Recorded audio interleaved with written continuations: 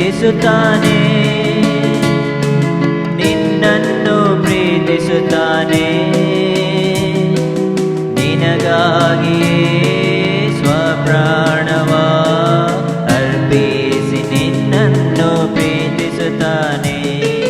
ನಿನಗಾಗಿಯೇ ಸ್ವಪ್ರಾಣವ ಅರ್ಪಿಸಿ ನಿನ್ನನ್ನು ಪ್ರೀತಿಸುತ್ತಾನೆ.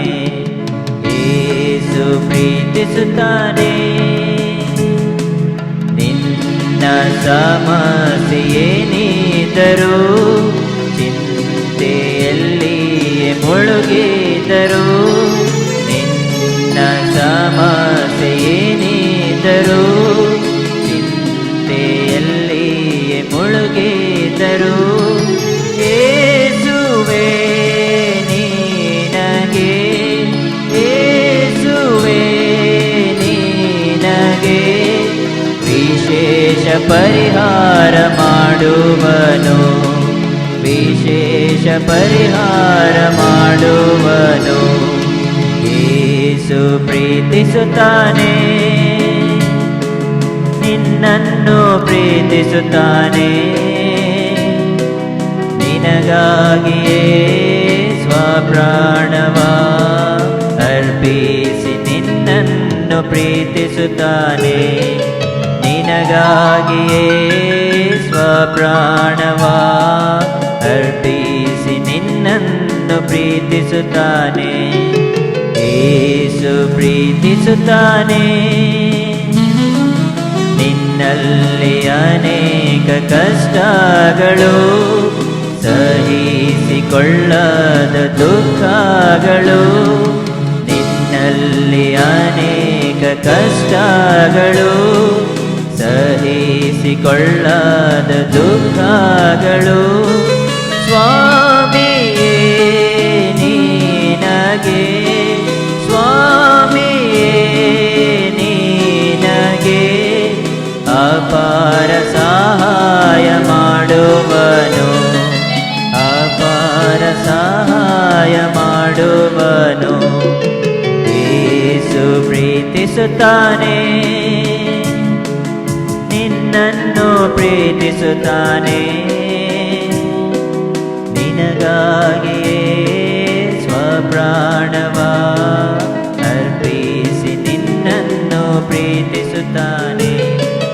ನಿನಗಾಗಿಯೇ ಸ್ವಪ್ರಾಣವ ಅರ್ಪಿಸಿ ನಿನ್ನನ್ನು ಪ್ರೀತಿಸುತ್ತಾನೆ. ಯೇಸು ಪ್ರೀತಿಸುತ್ತಾನೆ. ನಿನ್ನ ಪಾಪ ಎಷ್ಟಿದ್ದರೂ, ಅಪರಾಧದಿಂದ ತುಂಬಿದರು. ನಿನ್ನ ಪಾಪ ಎಷ್ಟಿದ್ದರೂ, ಅಪರಾಧದಿಂದ ತುಂಬಿದರು. ಪ್ರಭುವೇ ನಿನ್ನನ್ನು, ಪ್ರಭುವೇ ನಿನ್ನನ್ನು ಮನ್ನಿಸಿ ನೂತನ ಪಡಿಸುವನು, ಮನ್ನಿಸಿ ನೂತನ ಪಡಿಸುವನು. ಯೇಸು ಪ್ರೀತಿಸುತ್ತಾನೆ, ನಿನ್ನನ್ನು ಪ್ರೀತಿಸುತ್ತಾನೆ. ನಿನಗಾಗಿಯೇ ಸ್ವಪ್ರಾಣವ ಅರ್ಪಿಸಿ ನಿನ್ನನ್ನು ಪ್ರೀತಿಸುತ್ತಾನೆ. ನಿನಗಾಗಿಯೇ ಸ್ವಪ್ರಾಣವ ಅರ್ಪಿಸಿ ನಿನ್ನನ್ನು ಪ್ರೀತಿಸುತ್ತಾನೆ. ಯೇಸು ಪ್ರೀತಿಸುತ್ತಾನೆ. యేసు ప్రభువారి అతి శ్రేష్టమైన నామంలో మీ అందరికీ శుభములు తెలియజేస్తా ఉంటున్నాం. ಯೇಸು ಕರ್ತದೇವರ ಅತಿ ಶ್ರೇಷ್ಠವಂತ ನಾಮದಲ್ಲಿ ನಿಮ್ಮೆಲ್ಲರಿಗೆ ಶುಭಗಳನ್ನು ಕೋರೋರಾಗಿದ್ದೇವೆ. మరలా ఇంకోసారి బైబిల్ స్టడీకి ప్రభు మన జీవితాల్ని పొడిగించినందుకై ప్రభుకి ఎంతగానో కృతజ్ఞులమై ఉంటున్నాము. ಮತ್ತೊಂದ್ಸಾರಿ ಕರ್ತನು ನಮ್ಮ ಜೀವಿತಗಳನ್ನು ಸತ್ಯವಾದ ಪಾಲನಕ್ಕಾಗಿ ಆತನು ಹೆಚ್ಚಾಗಿ ಮಾಡಿದ್ದಕ್ಕಾಗಿ ಆತನನ್ನು ಕೊಂಡಾಡ್ತೇವೆ. మీరందరూ క్షేమంగా ఉన్నారని నమ్ముతా ఉంటున్నాము. ನೀವೆಲ್ಲರೂ ಕ್ಷೇಮವಾಗಿ ಇದ್ದೀರೆಂಬುದಾಗಿ ನಂಬುತ್ತಾ ಇದ್ದೇವೆ. ఈ దినాల్లో విశేషముగా గృహాల్లో ఉండి ఆ వాక్యము కుటుంబాలుగా కలిసి వాక్యం వినడానికి ప్రభు ఈ ధన్యతని ఇస్తూ ఉంటుండగా దీన్ని కుటుంబాలుగా సద్వినియోగపరచుకోవాల్సింది మనం చేస్తూ ఉంటున్నాం. ಈ ದಿನವು ನಾವು ಕುಟುಂಬವಾಗಿ ಕುಟುಂಬದ ಒಂದು ಸತ್ಯವಾದ ಪಾರಣಕ್ಕಾಗಿ ಕುಟುಂಬವಾಗಿ ನಾವೆಲ್ಲರೂ ಕುಳಿತು ಕೇಳಿಸ್ಕೊಳ್ಬೇಕೆಂಬುದಾಗಿ ನಿಮ್ಮಲ್ಲಿ ಮನವಿ ಮಾಡ್ತೇವೆ. వద్దాము ఆదికాండము 3వ అధ్యాయానికి. ಬರೋಣ. ಆದಿಕಾಂಡ 3ನೇ ಅಧ್ಯಾಯ. ఆదికాండము 3వ అధ్యాయము. ಆದಿಕಾಂಡ 3ನೇ ಅಧ್ಯಾಯ మొదటి 3 వచనాలు. ಮೊದಲು 3 ವಚನಗಳು. Now the serpent was more crafty than any of the wild animals the Lord God had made. He said to the woman, "Did God really say you must not eat from any tree in the garden?" The woman said to the serpent, "We may eat fruit from the trees in the garden, but God did say, you must not eat fruit from the tree that is in the middle of the garden, and you must not touch it, or you will die." ಯೆಹೋವ ದೇವರು ಉಂಟು ಮಾಡಿದ ಎಲ್ಲಾ ಭೂಜಂತುಗಳಲ್ಲಿ ಸರ್ಪವು ಯುಕ್ತಿಯುಳ್ಳದಾಗಿತ್ತು. ಅದು ಸ್ತ್ರೀಯ ಬಳಿಗೆ ಬಂದು, ಏನವ್ವ, ತೋಟದಲ್ಲಿರುವ ಯಾವ ಮರದ ಹಣ್ಣನ್ನು ನೀವು ತಿನ್ನಬಾರದೆಂದು ದೇವರು ಅಪ್ಪಣೆ ಕೊಟ್ಟಿರುವುದು ನಿಜವೋ ಎಂದು ಕೇಳಲು, ಸ್ತ್ರೀಯು, ತೋಟದಲ್ಲಿರುವ ಮರಗಳ ಹಣ್ಣುಗಳನ್ನು ನಾವು ತಿನ್ನಬಹುದು, ಆದರೆ ತೋಟದ ಮಧ್ಯದಲ್ಲಿರುವ ಈ ಮರದ ಫಲದ ವಿಷಯವಾಗಿ ಇದನ್ನು ತಿನ್ನಲು ಕೂಡದು, ಮುಟ್ಟಲು ಕೂಡದು, ತಿಂದರೆ ಸಾಯುವಿರಿ ಎಂದು ದೇವರು ಹೇಳಿದ್ದಾನೆ ಅಂದಳು. దేవుడు చదవబడిన ఈ లేఖన భాగాన్ని మన మేలు కొరకై ఆశీర్వదించును గాక.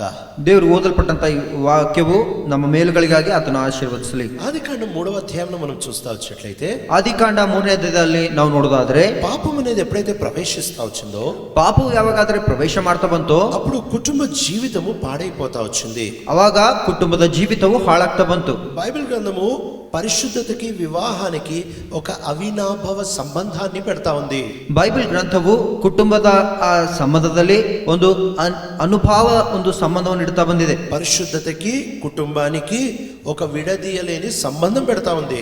ಪರಿಶುದ್ಧತೆಗೆ ಕುಟುಂಬಕ್ಕೆ ಒಂದು ಬಿಡಲಾರದಂತ ಒಂದು ಸಂಬಂಧವನ್ನು ಏರ್ಪಡಿಸಿದೆ. హెబ్రీయులకి రాస్తా వచ్చిన పత్రిక 13వ అధ్యాయం 4వ వచనంలో, ಇಬ್ರಿಯರಿಗೆ ಬರೆದ ಪತ್ರಿಕೆ 4ನೇ ಅಧ್ಯಾಯ 13వ అధ్యాయము 4వ వచనంలో, 13ನೇ ಅಧ್ಯಾಯ 4ನೇ ವಚನದಲ್ಲಿ, marriage should be honored by all and the marriage bed kept pure, for God will judge the adulterer and all the sexually immoral.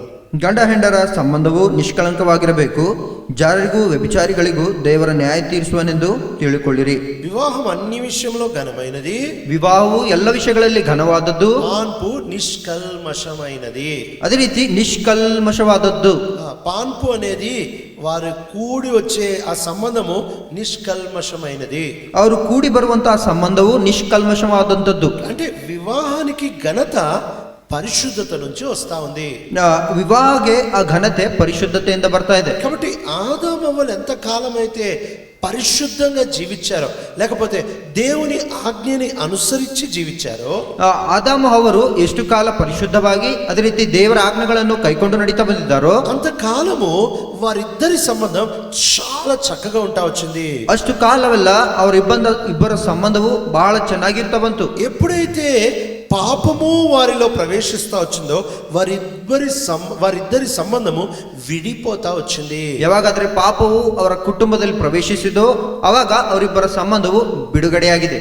పాపము ఏదన్నా పాపం జరగాలి అని అంటే, ಯಾವುದಾದರೂ ಪಾಪವು ಜರಗಬೇಕಾದ್ರೆ నా జీవము అనే దాన్ని, లేకపోతే ప్రాణమును, సోల్ ని ఉపయోగించుకొని పాపం చేయగలము. ನನ್ನ ಜೀವ ಅಥವಾ ಪ್ರಾಣ ಅನ್ನುವಂಥದ್ದು ಉಪಯೋಗಿಸಿಕೊಂಡೇ ಪಾಪ ಮಾಡಬಹುದು. నా అనేది లేకుండా పాపం ఎప్పుడూ చేయలేము. ನಾ ಅನ್ನುವಂಥದ್ದು ಬಿಟ್ಟು ನಾವು ಪಾಪ ಯಾವಾಗ ಮಾಡಲಾರೆವು. ఎప్పుడైతే నా జీవము నీ ఉపయోగిస్తానో, నేను ఏం చేసినా వచ్చేది పాపమే. ಯಾವಾಗಾದ್ರೆ ನನ್ನ ಜೀವವು, ನಾ ಅನ್ನುವಂಥ ಜೀವವು ಯಾವಾಗಾದ್ರೂ ಉಪಯೋಗಿಸ್ತೇವೋ ಕೇವಲ ಬರುವಂಥದ್ದು ಪಾಪವೇ. అది కుటుంబం అంటే ఏంటి? ಆದ್ರೆ ಕುಟುಂಬ ಅಂದ್ರೆ ಏನು? నా భార్య నా జీవము, తన జీవము నాది, ఒకళ్ళ జీవం ఇంకోళ్ళ దగ్గర ఉంటది. ನನ್ನ ಹೆಂಡತಿಯ ಜೀವ ನನ್ನದು, ಅವಳ ಜೀವ ನನ್ನದು, ನನ್ನ ಜೀವ ಅವಳದು ಎಂಬುದಾಗಿ ಒಬ್ಬರ ಜೀವ ಒಬ್ಬರು ಆ ರೀತಿಯಾಗಿರ್ತದೆ. పెళ్లి అంటే తాళి, రింగు, లేకపోతే డబ్బులు, ఇంకేదో మార్చుకోవడం కాదు. ಮದುವೆ ಅಂತಂದ್ರೆ ತಾಳಿ, ಉಂಗುರ ಅಥವಾ ಹಣ ಮಾರ್ಪಡಿಸ್ಕೊಳ್ಳುವಂಥದ್ದಲ್ಲ. ప్రాముఖ్యంగా పెళ్లి అంటే అధికారాలు, ಹೃದಯಾಲು మార్చుకోవడము. ಪ್ರಾಮುಖ್ಯವಾಗಿ ಮದುವೆ ಅಂತಂದ್ರೆ ಅಧಿಕಾರವು, ಹೃದಯವು ಮಾರ್ಪಡಿಸಿಕೊಳ್ಳುವಂಥದ್ದು. Christian marriage is an exchange of authority and an exchange of your hearts. ఎప్పుడైతే మనము పరిపూర్ణముగా ఒకరికొకరు అప్పగించుకుంటామో, ಯಾವಾಗಾದ್ರೆ ಮದುವೆಯಲ್ಲಿ ನಾವು ಗಂಡ ಹೆಂಡತಿಯರು ಒಬ್ಬರಾಗಿ ಒಬ್ಬರನ್ನು ಪರಿಪೂರ್ಣವಾಗಿ ಅರ್ಪಿಸಿಕೊಳ್ತೇವೋ, శత్రువు ఏమాత్రము మన మీద దాడి చేయలేడు. ಶತ್ರು ಯಾವ ಮಾತ್ರಕ್ಕೂ ನಮ್ಮ ಮೇಲೆ ದಾಳಿ ಮಾಡಲಾರನು. ఇప్పుడు అవ్వ పడిపోతా వచ్చింది, ఎంత నష్టం తెస్తా వచ్చింది. ಇವಾಗ ಹವ್ವಳು ಬಿದ್ದು ಹೋಗ್ತಾ ಬಂದು ಎಷ್ಟು ನಷ್ಟ ತೆಗೆದುಕೊಂಡು ಬಂದಿದ್ದಾಳೆ, ఎంత భయంకరమైన నష్టం తెస్తా వచ్చింది. ಎಷ್ಟು ಭಯಂಕರವಾದಂತ ನಷ್ಟ ತೆಗೆದುಕೊಂಡು ಬಂದಿದ್ದಾಳೆ. అవ్వ తీసుకొని వచ్చిన ఎన్నో నష్టాలు, దాంట్లోంచి ఒక 3 క్లుప్తంగా చూసుకోవడానికి ప్రయత్నం చేద్దాం.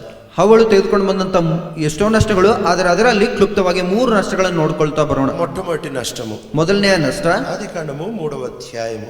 ಆದಿಕಾಂಡ 3ನೇ ಅಧ್ಯಾಯ. ఆదికాండం 3వ అధ్యాయము 6వ వచనము. ಆದಿಕಾಂಡ 3ನೇ ಅಧ್ಯಾಯ 6ನೇ ವಚನ. When the woman saw that the fruit of the tree was good for food and pleasing to the eye and also desirable for gaining wisdom, she took some and ate it. She also gave some to her husband who was with her, and he ate it. ಆಗ ಸ್ತ್ರೀಯು ಆ ಮರದ ಹಣ್ಣು ತಿನ್ನುವುದಕ್ಕೆ ಉತ್ತಮವಾಗಿಯೂ ನೋಡುವುದಕ್ಕೆ ರಮ್ಯವಾಗಿಯೂ ಜ್ಞಾನೋದಯಕ್ಕೆ ಅಪೇಕ್ಷಿಸತಕ್ಕವದ್ದಾಗಿಯೂ ಇದೆ ಎಂದು ತಿಳಿದು ಅದನ್ನು ತೆಗೆದುಕೊಂಡು ತಿಂದಳು. ಸಂಗಡ ಇದ್ದ ಗಂಡನಿಗೂ ಕೊಡಲು ಅವನು ತಿಂದನು.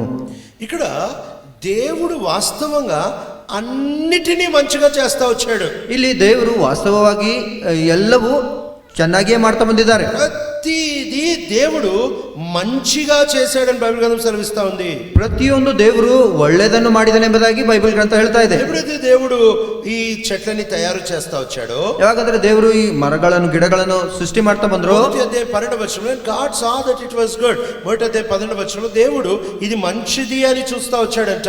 ಮೊದಲನೇ ಅಧ್ಯಾಯ 12ನೇ ವಚನದಲ್ಲಿ ದೇವರು ಇದನ್ನು ಒಳ್ಳೆಯದೆಂದು ನೋಡಿದನು. కాబట్టి దేవుడు ఏదైతే మంచిది అని చెప్తా వచ్చాడో, ಅದಕ್ಕಾಗಿ ದೇವರು ಯಾವುದನ್ನು ಒಳ್ಳೆಯದೆಂಬುದಾಗಿ ಹೇಳ್ತಾ ಇದ್ದಾರೋ దాన్ని ఈమె కంపేర్ చేయడం మొదలు పెట్టింది, ఈమె పోల్చడం మొదలు పెడతా వచ్చింది. ಅದರಲ್ಲಿ ಇವಳು ಆ ಹೋಲಿಕೆ ಮಾಡುವಂತದ್ದು ಈಕೆ ಶುರು ಮಾಡಿದ್ದಾಳೆ. ఎప్పుడైతే ఈమె ఆరంభిస్తా వచ్చిందో, ಯಾವಾಗಾದ್ರೆ ಇವಳು ಆರಂಭಿಸ್ತಾ ಬಂದಿದ್ದಾಳೋ, వెంటనే అసలు చెడ్డదిగా ఉంటున్నది ఈమెకు మంచిదిగా కనపడడం మొదలు పెట్టింది. ತಕ್ಷಣವೇ ಆ ಕೆಟ್ಟದಾಗಿರುವಂತದ್ದು ಇವಳಿಗೆ ಒಳ್ಳೆಯದಾಗಿ ತೋರಿಸ್ತಾ ಇದೆ. బాగా గుర్తుపెట్టుకో, ಚೆನ್ನಾಗಿ ಗುರ್ತಿಟ್ಕೊಳ್ರಿ. స్వయం జీవం ఎప్పుడైతే పనిచేయడం మొదలు పెడతాదో, ನೀನು ಸ್ವಯಂ ಜೀವಿತ ಯಾವಾಗಾದ್ರೆ ಕೆಲಸ ಮಾಡ್ಲಿಕ್ಕೆ ಶುರು ಮಾಡ್ತದೋ, you will reverse the goodness that God has put into people and into things. దేవుడు పెట్టిన మంచిని నువ్వు తలక్రిందులు చేయడం మొదలు పెడతావు. ದೇವರಿಟ್ಟಂತ ಒಳ್ಳೆಯದನ್ನು ನೀನು ತಲೆ ಕೆಳಗೆ ಮಾಡುವಂತದ್ದು ಶುರು ಮಾಡ್ತೀಯ. నీకేది చెడ్డదో అది మంచిగా కనిపిస్తుంది నీకు. ನಿನಗೆ ಯಾವುದು ಕೆಟ್ಟದೋ ಅದು ನೀನು ಒಳ್ಳೆಯದಾಗಿ ತೋರಿಸುತ್ತದೆ. అప్పటి వరకు వారిలో దేవుని జీవం పనిచేస్తా ఉంది. ಅಲ್ಲಿವರೆಗೂ ಅವರಲ್ಲಿ ದೇವರ ಜೀವವು ಪ್ರವಹಿಸ್ತಾ ಇತ್ತು. ఎంతకాలం అయితే దేవుని జీవం ప్రవహిస్తా ఉందో, ಎಷ್ಟು ಕಾಲ ದೇವರ ಜೀವವು ಅವರಲ್ಲಿ ಪ್ರವಹಿಸ್ತಾ ಇತ್ತು. మంచిది మంచిగా చూసారు, చెడ్డదిగా చూస్తా వచ్చారు. ಅವರು ಒಳ್ಳೆದನ್ನು ಮಾಡ್ತಾ ಬಂದಿದ್ದಾರೆ, ಕೆಟ್ಟದಾಗಿ ನೋಡ್ತಾ ಬಂದಿದ್ದಾರೆ. ఎప్పుడైతే ఈమె దృష్టి పెట్టి చెడ్డది చూస్తా ఉందో, ಯಾವಾಗಾದ್ರೆ ಇವಳ ದೃಷ್ಟಿ ಇಟ್ಟು ಕೆಟ್ಟದನ್ನು ನೋಡ್ತಾ ಬಂದಿದ್ದಾಳೋ, ఎప్పుడైతే ఈమె హృదయం లోపల నుంచి నేను నాకు అనేది పుడతా వచ్చిందో, ಯಾವಾಗಾದ್ರೆ ಇವಳ ಹೃದಯದಲ್ಲಿ ನಾನು ನನಗೆ ಎಂಬುದಾಗಿ ಹುಟ್ಟುತ್ತಾ ಬಂದಿದೆ, భవిష్యత్తుకి ఏదో ఒకటి చేసుకోవాలని ఆశ పుడతా వచ్చిందో, ಅವಳ ಭವಿಷ್ಯತ್ತಿಗಾಗಿ ನಾನು ಏನೋ ಮಾಡ್ಕೊಳ್ಬೇಕೆಂಬುದಾಗಿ ಅವಳು ಆಶೆ ಪಟ್ಟಿದ್ದಾಳೋ, వెంటనే చెడ్డది మంచిదిగా కనిపిస్తుందంట. ತಕ್ಷಣವೇ ಕೆಟ್ಟದ್ದು ಒಳ್ಳೆದಾಗಿ ಅವಳಿಗೆ ಕಾಣಿಸ್ತಾ ಇದೆ. లోతు జీవితంలో కూడా ఇదే విషయాన్ని మనం చూస్తా రావచ్చు. ಲೋಟನ ಜೀವಿತದಲ್ಲಿ ಕೂಡ ನಾವು ಇದೇ ವಿಷಯವನ್ನು ನೋಡ್ತಾ ಬರಬಹುದು. వద్దాము ఆదికాండము ಬರೋಣ ಆದಿಕಾಂಡ 13వ అధ్యాయానికి. 13ನೇ ಅಧ್ಯಾಯ. ఆదికాండము 13వ అధ్యాయము 10వ వచనము. ಆದಿಕಾಂಡ 13ನೇ ಅಧ್ಯಾಯ 10ನೇ ವಚನ. Lot looked up and saw that the whole plain of Jordan was well watered, like the garden of the Lord, like the land of Egypt towards Zoar. This was before the Lord destroyed Sodom and Gomorrah. ಲೋಟನು ಕಣ್ಣೆತ್ತಿ ನೋಡಲಾಗಿ ಯೋರ್ದನ್ ಹೊಳೆಯ ಸುತ್ತಲಿನ ಪ್ರದೇಶವು ಚೊಗೋರ್ನ ತನಕ ಎಲ್ಲಾ ಕಡೆಯಲ್ಲಿಯೂ ನೀರಾವರಿಯ ಸ್ಥಳವೆಂದು ತಿಳಿದುಕೊಂಡನು.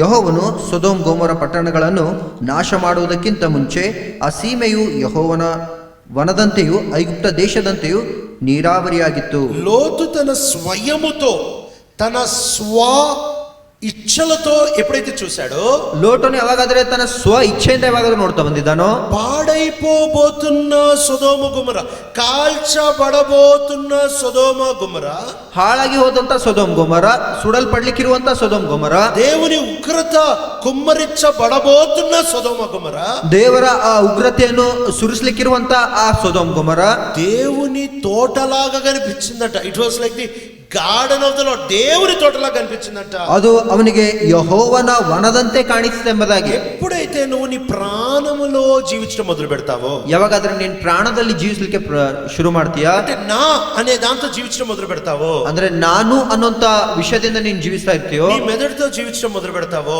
ನಿನ್ನ ಬುದ್ಧಿಯಿಂದ ನೀನು ಜೀವಿಸ್ಲಿಕ್ಕೆ ಶುರು ಮಾಡ್ತೀಯೋ, ప్రపంచం ఏం మాట్లాడుతుందో దాన్ని బట్టి జీవించడం మొదలు పెడతావో, ಪ್ರಪಂಚ ಏನ್ ಮಾತಾಡ್ತದೋ ಅದ್ರ ಮೇಲೆ ಆಧಾರಗೊಂಡು ನೀನ್ ಯಾವಾಗಾದ್ರೆ ಶುರು ಮಾಡ್ತೀಯೋ, ఎప్పుడైతే నువ్వు నీ యొక్క సొంత భావోద్రేకాలు బట్టి జీవించడం మొదలు పెడతావో, ಯಾವಾಗಾದ್ರೆ ನಿನ್ನ ಸ್ವಂತ ಭಾವೋದ್ರೇಕದಿಂದ ಜೀವಿಸ್ಲಿಕ್ಕೆ ಶುರು ಮಾಡ್ತೀಯೋ, వెంటనే నీ దృష్టి మారిపోతుంది. ತಕ್ಷಣವೇ ನಿನ್ನ ದೃಷ್ಟಿ ಮಾರ್ಪಾಟಾಗ್ತದೆ. మంచిది చెడ్డదిగా చూస్తావు, చెడ్డది మంచిదిగా చూడడం మొదలు పెడతావు. ನೀನು ಕೆಟ್ಟದ್ದು ಒಳ್ಳೇದಾಗಿ ನೋಡ್ತೀಯಾ, ಒಳ್ಳೇದು ಕೆಟ್ಟದಾಗಿ ನೋಡ್ತೀಯ. ఏది నీకు కీడో అది బాగా కనిపిస్తుంది. ಯಾವ್ದು ನಿನಗೆ ಕೀಡಾಗ್ತದೋ ಅದು ನಿನಗೆ ಚೆನ್ನಾಗಿ ಕಾಣುವಂತದಾಗಿದೆ. 16:25 ఉంటది. ಜ್ಞಾನೋಕ್ತಿಗಳು 16:25 ಇರ್ತದೆ. ఒకని ఎదుట సరిగ్గా కనపడు మార్గం కలదు, అయితే అది తుదకు మరణమునకు నడిపిస్తది. ಮನುಷ್ಯ ದೃಷ್ಟಿಗೆ ಸರಳವಾಗಿ ತೋರುವ ಒಂದು ದಾರಿ ಉಂಟು, ಕಟ್ಟ ಕಡೆಗೆ ಅದು ಮರಣ ಮಾರ್ಗವೇ. ఏదైతే బాగా కనిపిస్తుందో అది మరణం అంట. ಯಾವ್ದಾದ್ರೆ ಚೆನ್ನಾಗಿ ಕಾಣ್ತದೋ ಅದು ಮರಣ ಅಂತೆ. ఇప్పుడు యేసు ప్రభు దగ్గరకు వద్దాము. ಇವಾಗ ಯೇಸು ಕ್ರಿಸ್ತ ದೇವರ ಹತ್ರ ಬರೋಣ. ಯೆಶಾಯ ಗ್ರಂಥం 53వ అధ్యాయము. ಯೆಶಾಯನ ಬರೆದ ಗ್ರಂಥ 53ನೇ ಅಧ್ಯಾಯ. యెషయా గ్రంథము 53వ అధ్యాయము. ಯೆಶಾಯನ ಗ್ರಂಥ 53ನೇ ಅಧ್ಯಾಯ 2వ వచనము. 7ನೇ ವಚನ. He grew up before him like a tender shoot and like a root out of dry ground. He had no beauty or majesty to attract us to him, nothing in his appearance that we should desire him. ಒಣ ನೆಲದೊಳಗೆ ಬೇರಿನಿಂದ ಹೊರಡುವ ಅಂಕುರದಂತೆಯೂ ಬುಡದಿಂದ ಒಡೆಯುವ ಚಿಗುರಿನ ಹಾಗೂ ಅವನು ಯೆಹೋವನ ದೃಷ್ಟಿಯಲ್ಲಿ ಬೆಳೆದನು. ಅವನಲ್ಲಿ ಯಾವ ಅಂದಚಂದಗಳೂ ಇರಲಿಲ್ಲ. ನಾವು ಅವನನ್ನು ನೋಡಿದಾಗ ನೋಡತಕ್ಕ ಯಾವ ಲಕ್ಷಣವೂ ಕಾಣಲಿಲ್ಲ. ಈ మాట బాగా గమనించండి. ಈ ಮಾತು ಚೆನ್ನಾಗಿ ಗಮನಿಸ್ರಿ. మరణకరమైంది అందంగా కనపడుతుంది. ಮರಣಕರವಾದಂಥದ್ದು ಅಂದವಾಗಿ ಕಾಣಿಸ್ತಾ ಇದೆ. జీవాన్ని ఇచ్చే యేసు ప్రభు యెషయా 53లో అసలు ఆకర్షణీయంగా కనబడట్లేదంట. ಜೀವವನ್ನು ಕೊಡ್ತಿರುವಂತ ಯೇಸು ಕರ್ತದೇವರು ಯೆಶಾಯನ ಗ್ರಂಥದಲ್ಲಿ ಆಕರ್ಷಣೀಯವಾಗಿ ಕಾಣಿಸ್ತಾ ಇಲ್ಲ. ఆయనలో కోరదగినది ఏమీ లేదంట. ಆತನಲ್ಲಿ ಕೋರುವಂತದ್ದು ಏನೂ ಇಲ್ಲ ಎಂಬುದಾಗಿ. తండ్రికి ఆయనంటే చాలా ఇష్టము. ತಂದೆಯ ದೇವರಿಗೆ ಆತನಂದ್ರೆ ಬಹಳ ಇಷ್ಟ. కానీ మనం ఎప్పుడైతే నేను నా స్వయం అనే దాంట్లో పనిచేస్తామో, ಯಾವಾಗಾದ್ರೆ ನಾನು ಅನ್ನೋಂತ ಮತ್ತು ನನ್ನ ಸ್ವಯಂ ಎಂಬುದಾಗಿ ನಾವು ಕೆಲಸ ಮಾಡ್ತಾ ಇರ್ತೀವೋ, వెంటనే యేసు ప్రభు చాలా అసహ్యంగా కనిపిస్తాడు. యేసు ప్రభులో ఆకర్షణీయమైనది ఏమి కనపడదు. ತಕ್ಷಣವೇ ಯೇಸು ಕರ್ತದೇವರು ಬಹಳ ಅಸಹ್ಯವಾಗಿ ಕಾಣ್ತಾರೆ. ಆತನಲ್ಲಿ ಆಕರ್ಷಣೀಯವಾದಂಥದ್ದು ಯಾವುದೂ ಇರುವುದಿಲ್ಲ. Jesus can never be attractive to a soul led life. ప్రాణమును ఆధారము చేసుకొని జీవితానికి యేసు ప్రభు ఎప్పుడు ఆకర్షణీయంగా ఉండరు. ಪ್ರಾಣವನ್ನು ಆಧಾರ ಮಾಡಿಕೊಂಡು ಜೀವಿಸುತ್ತಿರುವಂತ ಮನುಷ್ಯನಿಗೆ ಯಾವಾಗಲೂ ಯೇಸು ಕರ್ತ ದೇವರು ಆಕರ್ಷಣೀಯವಾಗಿ ಕಾಣಿಸುವುದಿಲ್ಲ. కాబట్టి మొట్టమొదటిది, ಅದಕ್ಕಾಗಿ ಮೊದಲನೇದು, మొదటి నష్టం ఏంటంటే ಮೊದಲನೇ ನಷ್ಟ ಏನಂದ್ರೆ నీ దృష్టి మారిపోతుంది. ನಿನ್ನ ದೃಷ್ಟಿ ಮಾರ್ಪಾಟಾಗ್ತದೆ. రోమ 1లో కూడా పౌలు రాస్తా ఉంటాడు. ಅದಕ್ಕಾಗಿ ರೋಮ 1ರಲ್ಲಿ ಪೌಲನು ಬರಿತಾ ಇದ್ದಾರೆ, జ్ఞానులు అనుకొని వాళ్ళు బుద్ధిహీనులు అయిపోయారంట. ಅವರು ಜ್ಞಾನಿಗಳು ಅಂದ್ಕೊಂಡು ಅವ್ರು ಬುದ್ಧಿಹೀನರಾಗಿದ್ದಾರಂತೆ. వాళ్ళు కేవలం మూర్ఖులు అయిపోతా వచ్చారంట. ಅವರು ಕೇವಲ ಮೂರ್ಖರಾಗಿ ಇರ್ತಾ ಬಂದಿದ್ದಾರೆ. You will start to operate in the blindness of your foolishness. నువ్వు నీ మూర్ఖతనం యొక్క గుడ్డితనం, అంధత్వములో జీవించడం మొదలు పెడతావు. ನಿನ್ನ ಮೂರ್ಖತನದ ಒಂದು ಕುರುಡತನದಲ್ಲಿ ನೀನು ಜೀವಿಸಲಿಕ್ಕೆ ಶುರು ಮಾಡ್ತೀಯ. ఎప్పుడైతే నీ దృష్టి మరలిపోతుందో, ಯಾವಾಗಾದ್ರೆ ನಿನ್ನ ದೃಷ್ಟಿ ಮರಳಿ ಹೋಗ್ತದೋ, రెండవ నష్టము, ಎರಡನೇ ನಷ್ಟ, దేవుడు ఏదైతే వద్దన్నాడో దాని దగ్గరికి వెళ్ళే కొద్ది రెండవ నష్టం ఏంటంటే, ಎರಡನೇ ನಷ್ಟ ಏನಂದ್ರೆ 3వ అధ్యాయము, ಆದಿಕಾಂಡ 3ನೇ ಅಧ್ಯಾಯ, ఆదికాండం 3వ అధ్యాయము 6వ వచనము. ಆದಿಕಾಂಡ 3ನೇ ಅಧ್ಯಾಯ 6ನೇ ವಚನ. It was pleasing to the eye. చూడడానికి రమ్యంగా ఉంటా వచ్చిందంట. ಅದು ನೋಡುವುದಕ್ಕೆ ರಮ್ಯವಾಗಿಯೂ ಕಾಣಿಸುವಂತಂತೆ. Now she started defining what beauty was. ఏంటి అందమైనది, ఏంటి చక్కగా ఉందని ఇప్పుడు ఈమె నిర్వచనం చెప్పుకోవడం మొదలుపెట్టింది. ಇವಾಗ ಅವಳು ಅದರಲ್ಲಿ ಏನು ಅಂದವಾಗಿದೆ ಅನ್ನುವಂಥದ್ದು ಅವಳ ಸ್ವಂತ ನಿರ್ವಚನಗಳನ್ನು ಹೇಳಿಕೆ ಶುರು ಮಾಡಿದ್ದಾಳೆ. God is the only right author of beauty universally. దేవుడు ఒక్కడే సార్వత్రికంలో అందానికి మూలమై ఉన్నాడు. ದೇವರ ಒಬ್ಬರೇ ಸಾರ್ವತ್ರಿಕದಲ್ಲಿ ಆ ಸೌಂದರ್ಯಕ್ಕೆ ಮೂಲವಾಗಿದ್ದಾರೆ. ఆయనే సౌందర్యానికి మూలమై ఉన్నాడు. ಆತನೇ ಸೌಂದರ್ಯಕ್ಕೆ ಮೂಲವಾಗಿದ್ದಾರೆ. కాబట్టి ఏదైతే దేవుడు బాగుంది అని అంటాడో అది మాత్రం బాగున్నట్టు. ಅದಕ್ಕಾಗಿ ದೇವ್ರು ಯಾವ್ದು ಚೆನ್ನಾಗಿದೆ ಅಂತ ಹೇಳ್ತಾರೋ ಅದು ಮಾತ್ರ ಚೆನ್ನಾಗಿರುವಂತದ್ದಾಗಿದೆ. ఉదాహరణకి బైబిల్ గ్రంథంలో మనం చూస్తా వచ్చినట్లయితే, ಉದಾಹರಣೆಗಾಗಿ ಬೈಬಲ್ ಗ್ರಂಥದಲ್ಲಿ ನಾವು ನೋಡ್ತಾ ಬಂದಿದ್ದಾದ್ರೆ ప్రకటన గ్రంథం 18వ అధ్యాయంలో బబులోన్ ఉంది. ಪ್ರಕಟಣೆ ಗ್ರಂಥದಲ್ಲಿ ಬಬಿಲೋನ್ ಇದೆ. చాలా అందంగా కనపడుతుంది, ಬಹಳ ಅಂದವಾಗಿ ಕಾಣಿಸ್ತಾ ಇದೆ, చాలా చక్కగా కనపడుతుంది, ಬಹಳ ಚೆನ್ನಾಗಿ ಕಾಣಿಸ್ತಾ ಇದೆ. దేవుడు దాన్ని చూసి చాలా అసహ్యంగా చూస్తున్నాడు. ಆದ್ರೆ ದೇವರು ಅದನ್ನು ನೋಡಿ ಬಹಳ ಅಸಹ್ಯವಾಗಿ ನೋಡ್ತಾ ಇದ್ದಾರೆ. మనం చూసేది శరీరపు రంగు, శరీరం యొక్క పోలికలు చూసి చాలా అందంగా ఉన్నారు అని మనం అంటాం. ನಾವು ಶರೀರದ ಆ ಬಣ್ಣವನ್ನು ಮತ್ತು ಶರೀರದ ಆ ಹೋಲಿಕೆಯನ್ನು ನೋಡಿ ಬಹಳ ಅಂದವಾಗಿದ್ದಾರೆ ಅಂತ ಹೇಳ್ತೇವೆ. అయితే ఎప్పుడైతే ప్రభు మనల్ని చూస్తాడో, ಯಾವಾಗಾದ್ರೆ ಕರ್ತನ ನಮ್ಮನ್ನು ನೋಡ್ತಾರೋ, ఆయన పచ్చి పుండ్లు, గాయాలు, కొంచెం కూడా స్వస్థత లేదని చూస్తున్నారంట. ಆತನಲ್ಲಿ ಹಸಿ ಹುಣ್ಣುಗಳು, ಸ್ವಸ್ಥತೆ ಇರಲಾರುವಂತದ್ದು ನೋಡ್ತಾ ಇದ್ದಾರಂತೆ. You should have the right understanding of beauty. నువ్వు అందం అంటే ఏంటో దాన్ని కరెక్ట్ గా తెలుసుకోవడం చాలా అవసరము. ಆ ಅಂದ ಅನ್ನುವಂಥದ್ದು ಏನು, ಆ ಸೌಂದರ್ಯ ಅನ್ನುವಂಥದ್ದು ಏನು ಎಂಬುದಾಗಿ ನೀನು ತಿಳ್ಕೊಳ್ಳುವಂಥದ್ದು ಬಹಳ ಅವಸರವಾಗಿದೆ. ఎప్పుడైతే ఒక పెయింటర్ ఒక అబ్స్ట్రాక్ట్ పెయింటింగ్ ని గీస్తా ఉంటాడో, ಯಾವಾಗಾದ್ರೆ ಆ ಬಣ್ಣ ಮಾಡುವಂತವನು, ಆ ಪೇಂಟರ್ ಯಾವಾಗಾದ್ರೆ ಆತನು ಒಂದು ಚಿತ್ರವನ್ನು ಗೀಚ್ತಾ ಇರ್ತಾನೋ, అబ్స్ట్రాక్ట్ పెయింటింగ్ ని అంటే సామాన్యంగా చూస్తే ఏం అర్థం కాదు, అట్లాంటి పెయింటింగ్ ని గీస్తా ఉంటాడు.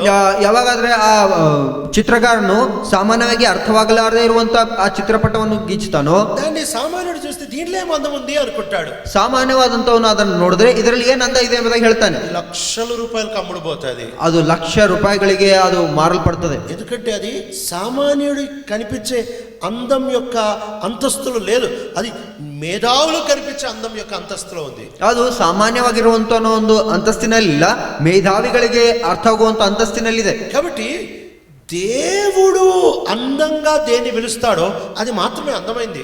ಅದಕ್ಕಾಗಿ ದೇವರು ಯಾವುದನ್ನು ಅಂದವಾಗಿದೆ ಎಂಬುದಾಗಿ ಕರೀತಾರೋ ಅದು ಮಾತ್ರ ಅಂದವಾಗಿದೆ. ఏదైతే దేవుడు సౌందర్యంగా ఉంది అంటాడు అది మాత్రమే సౌందర్యమైంది. ದೇವರು ಯಾವುದನ್ನು ಸೌಂದರ್ಯವಾಗಿದೆ ಅಂತ ಹೇಳ್ತಾರೋ ಅದು ಮಾತ್ರ ಸೌಂದರ್ಯವಾಗಿದೆ.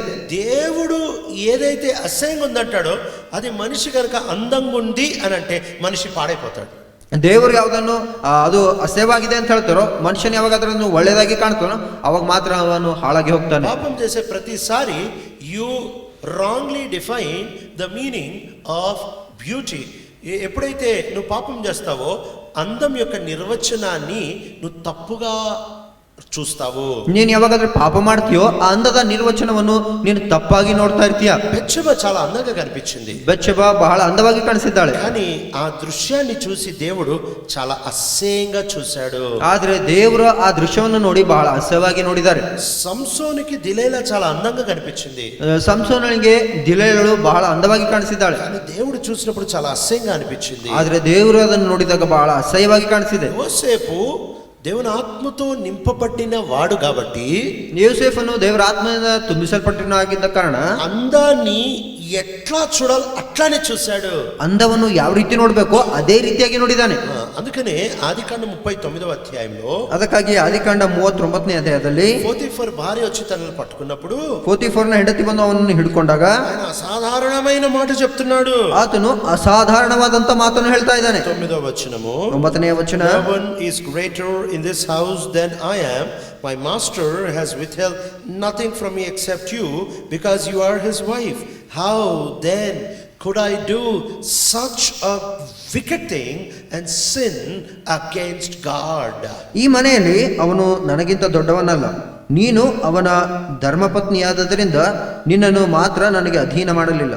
ಹೀಗಿರುವಲ್ಲಿ ನಾನು ಇಂಥ ಮಹಾದೃಷ್ಟತ್ವವನ್ನು ನಡೆಸಿ ದೇವರಿಗೆ ವಿರುದ್ಧವಾಗಿ ಹೇಗೆ ಪಾಪ ಮಾಡಲಿ ಎಂದು ತನ್ನ ದಣಿಯ ಹೆಂಡತಿಗೆ ಉತ್ತರ ಕೊಟ್ಟನು. ఎంత చక్కగా చూస్తున్నాడంటే, ಎಷ್ಟು ಚೆನ್ನಾಗಿ ನೋಡ್ತಾ ಇದ್ದಾನಂದ್ರೆ ఈమె గురించి చరిత్రకారుడు రాస్తా ఉంటాడు. ಈಕೆ ಕುರಿತು ಚರಿತ್ರಕಾರನು ಬರಿತಾ ಇದ್ದಾರೆ. మన కాలంలో ఉండే ఒక మిస్ యూనివర్స్ అంత అందగత్తె అంట ఈమె. ನಮ್ಮ ಕಾಲದಲ್ಲಿರುವಂತ ಆ ಮಿಸ್ ಯೂನಿವರ್ಸ್ ಇರುವಂತ ಅಂದಳು ಅಂತಾಳು. అంటే చాలా ఐగుప్తు చాలా అందమైన స్త్రీ ఈమె. ಐಗುಪ್ತದಲ್ಲಿರುವಂತ ಬಹಳ ಅಂದವಾದಂತ ಸ್ತ್ರೀ ಇವಳು. ఈ అందమైన ఆమెను ఈయన చూసి ಈ ಅಂದವಾದಂತ ಇವನು ನೋಡಿ ఈయన పరిగెత్తి బట్టలు వదిలేసి పరిగెత్తి పారిపోయాడంట. ಈತನು ಬಟ್ಟೆಯನ್ನು ಬಿಟ್ಟು ಬಿಟ್ಟು ಓಡಿ ಹೋಗಿದ್ದಾನಂತೆ. ఎందుకు పారిపోయాడు? ಯಾಕಾಗಿ ಓಡಿ ಹೋಗಿದ್ದಾನೆ? యోసేపుని కలిసి యోసేపు ఏదో మాట్లాడుకోవచ్చు కానీ అదేదో ఒక పామును కలిసినట్టు, ఒక అసహ్యమైన వ్యక్తిని కలిసినట్టు, ఒక మృగాన్ని కలిసినట్టు ఎందుకంటే పరిగెడుతున్నావు? ನೀನು ಯೋಸೆಫನೇ ಅಲ್ಲಿದ್ದು ನೀನು ಮಾತಾಡಬಹುದಾಗಿತ್ತು, ಯಾಕಾಗಿ ಹಾವಿಗೆ ನೋಡಿದಾಗೆ ಇಲ್ಲದಿದ್ರೆ ಒಂದು ಅಸಹ್ಯವಾದಂತ ಮೃಗಕ್ಕೆ ನೋಡಿದಾಗೆ ನೀನು ಓಡಿ ಹೋಗ್ತಾ ಇದೀಯಾ? అంత అందమైన ఆమె కదా, ಅವಳು ಅಷ್ಟು ಅಂದವಾದಂತವಳಲ್ಲ. ఇప్పుడు ఆయన అంటాడు, ಅವಾಗ ಅವನು ಹೇಳ್ತಾನೆ, చాలా అసహ్యమైన మృగంలా కనపడుతుంది నాకు. ಅವಳು ಬಹಳ ಅಸಹ್ಯವಾದಂತ ಮೃಗದ ಹಾಗೆ ಕಾಣಿಸ್ತಾ ಇದ್ದಾಳೆ. నీ కళ్ళేమన్నా పోయినాయేంటి? ಯೋಸೆಫನೇ ನಿನ್ನ ಕಣ್ಣೇನಾದ್ರೂ ಹೋಗಿದವಾ ಏನು? ఐగుప్తులోనే చాలా అందమైన మామ, ಐಗುಪ್ತದಲ್ಲಿಯೇ ಬಹಳ ಅಂದವಾದಂತವಳು, నీకు మృగంలాగా ఎందుకు కనిపిస్తుంది? నీ కళ్ళు పోయినాయేంటి? ಅಂತವಳು ನಿನಗೆ ಮೃಗದ ಹಾಗೆ ಹೇಗೆ ಕಾಣ್ತಾಳೆ? ನಿನ್ ಕಣ್ಣು ಹೋಗಿದ್ದವಾ ಏನು? అని ఇచ్చే జవాబు ఏంటి తెలుసా?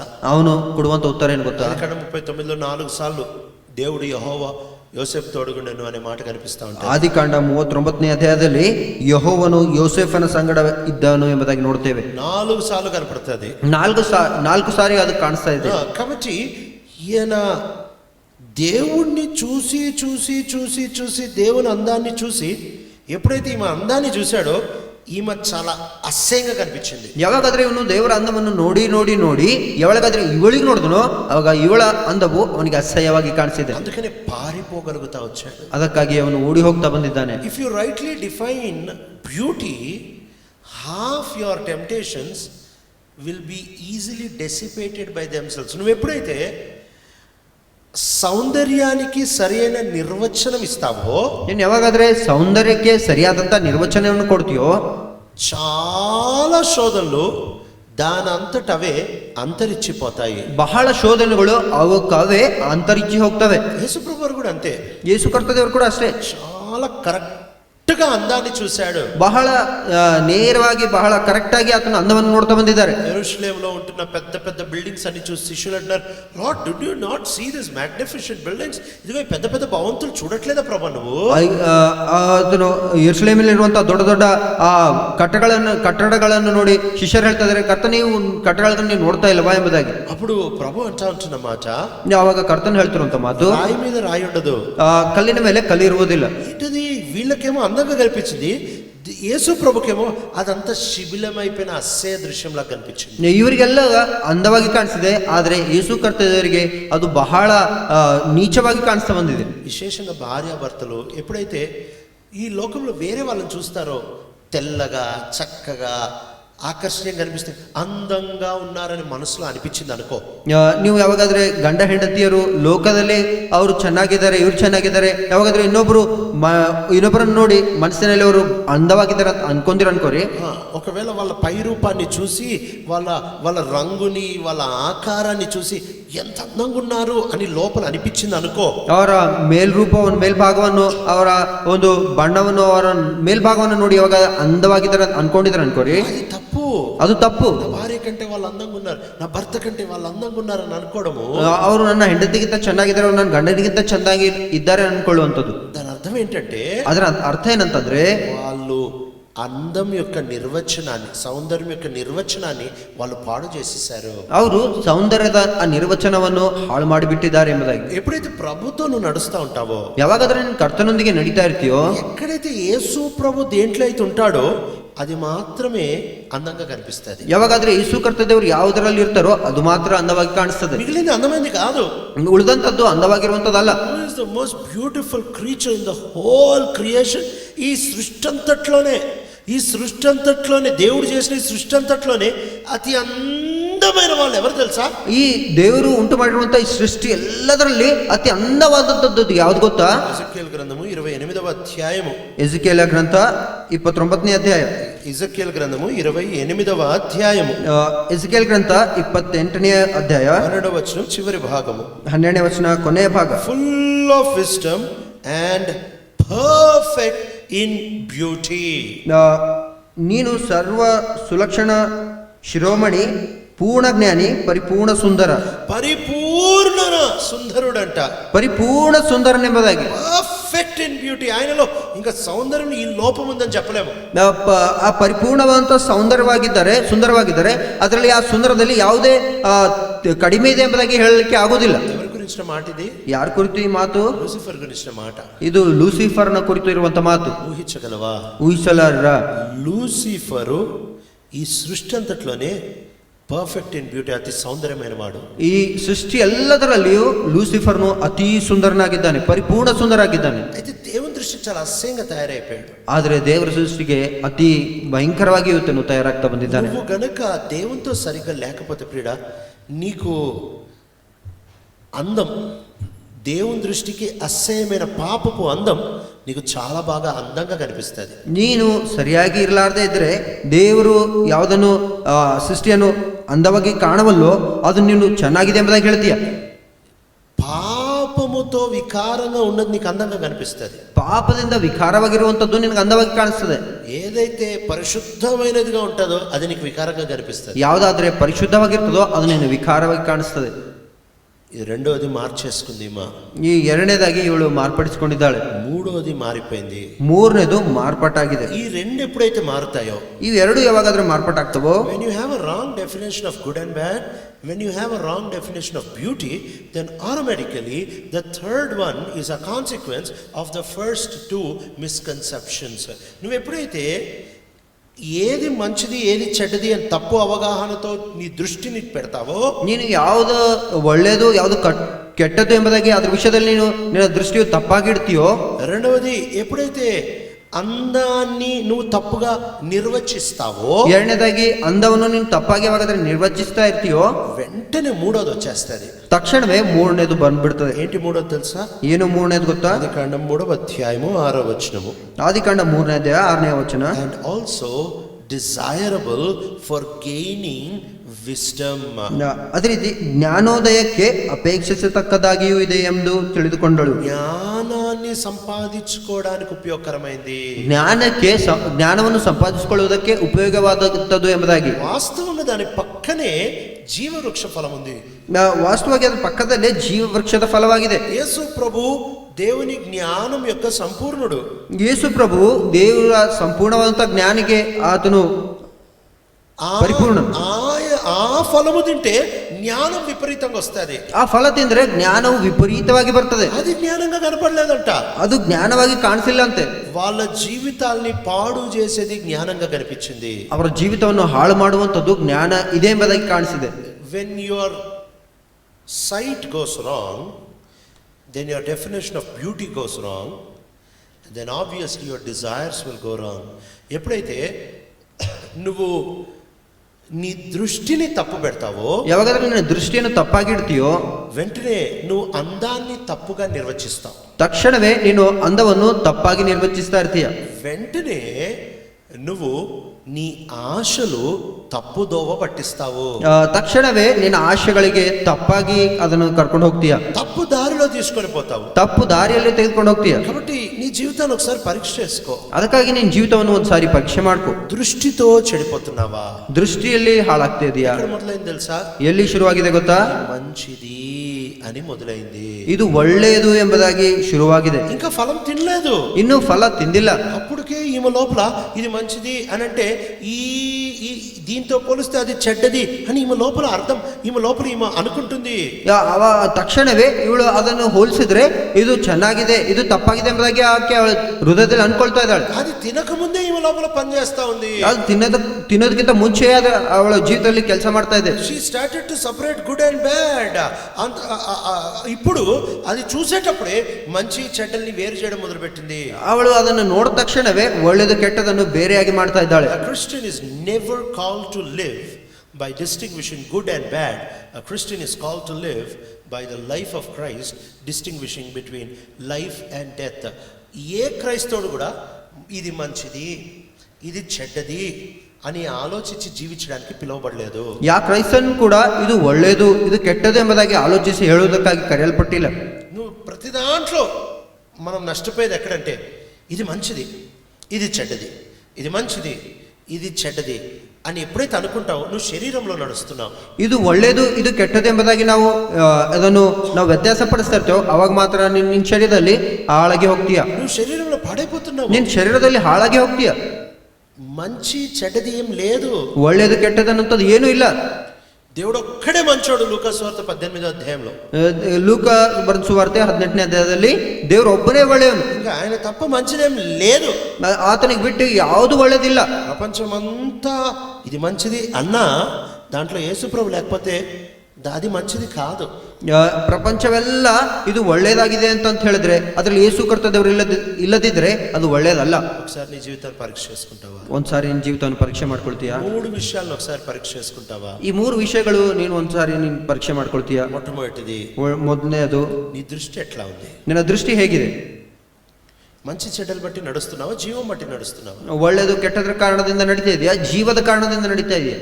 As long as you walk by distinguishing good and bad, you are living a soulish life. But when you start living and deciding by the life of Jesus that is flowing within you, you begin to live the life in the spirit. ఎప్పుడైతే మంచి చెడ్డది అని వేరు చేసి బ్రతుకుతావో నువ్వు నీ ప్రాణం బట్టి బ్రతుకుతున్నావు. ಯಾವಾಗಾದ್ರೆ ನೀನು ಒಳ್ಳೇದು ಕೆಟ್ಟದು ಅನ್ನೋಂಥದ್ರ ಕಾರಣದಿಂದ ನೀನು ಬದುಕ್ತಾ ಇದೆಯೋ, ನೀನು ಪ್ರಾಣದಿಂದ ನೀನು ಬದುಕ್ತಾ ಇದೆಯಾ? God created man in his own image. దేవుడు మానవుని తన స్వరూపంలో ఉండడానికి తీసుకొని వస్తే మానవుడు ఆయన సొంత స్వరూపంలో బతుకుదాం అనుకుంటున్నాడు. ದೇವರು ತನ್ನ ಸ್ವರೂಪದಲ್ಲಿ ಮಾನವನು ಸೃಷ್ಟಿಸಬೇಕೆಂಬುದಾಗಿ ಆತನು ಅನ್ಕೊಂಡಿದ್ರೆ ಮನುಷ್ಯನು ತನ್ನ ಸ್ವಂತವಾದಂತ ಆ ಸ್ವರೂಪದಲ್ಲಿ ಮಾರ್ಪಾಟಾಗ್ತಾ ಇದ್ದಾನೆ. దేవుని స్వరూపంలో పనిచేయకుండా మానవ స్వరూపంలో పనిచేస్తున్నాడు. ದೇವರ ಸ್ವರೂಪದಲ್ಲಿ ಕೆಲಸ ಮಾಡಲಾರದೆ ಮಾನವನ ಸ್ವರೂಪದಲ್ಲಿ ಕೆಲಸ ಮಾಡ್ತಾ ಇದ್ದಾನೆ. నువ్వు క్రైస్తవుడివేనేమో, ನೀನು ಕ್ರೈಸ್ತನೇ ಆಗಿರ್ಬೋದು. నీ జీవితంలో ప్రాబ్లమ్స్ ఎక్కడ వస్తున్నాయి ఒకసారి వెనక్కి తిరిగి చూడు. ನಿನ್ನ ಜೀವಿತದಲ್ಲಿ ಆ ಕಷ್ಟಗಳು ಎಲ್ಲಿ ಬರ್ತಾ ಇದೆ ಒಂದ್ಸಾರಿ ನೀನು ಹಿಂದೆ ತೆಗೆದು ನೋಡು. నీ దృష్టితో మంచి చెడ్డల్ని వేరు చేస్తున్నావు కదా, అక్కడే ప్రాబ్లమ్స్ వస్తున్నాయి. ನೀನು ನಿನ್ನ ದೃಷ್ಟಿಯಿಂದ ಒಳ್ಳೆಯದು ಕೆಟ್ಟದೆಂಬುದಾಗಿ ಬೇರೆ ಮಾಡ್ತಾ ಇದೆಯೋ ಅವಾಗೆ ಆ ಕಷ್ಟಗಳು ಬರ್ತಾ ಇವೆ. Let the decision flow not out of mental calibration but out of the flow and the outdoing of his life. నీ మెదడుతో మంచిది చెడ్డది తీర్మానం తీసుకోవడానికి ఒక క్రైస్తవుడిని దేవుడు పిలవట్లే.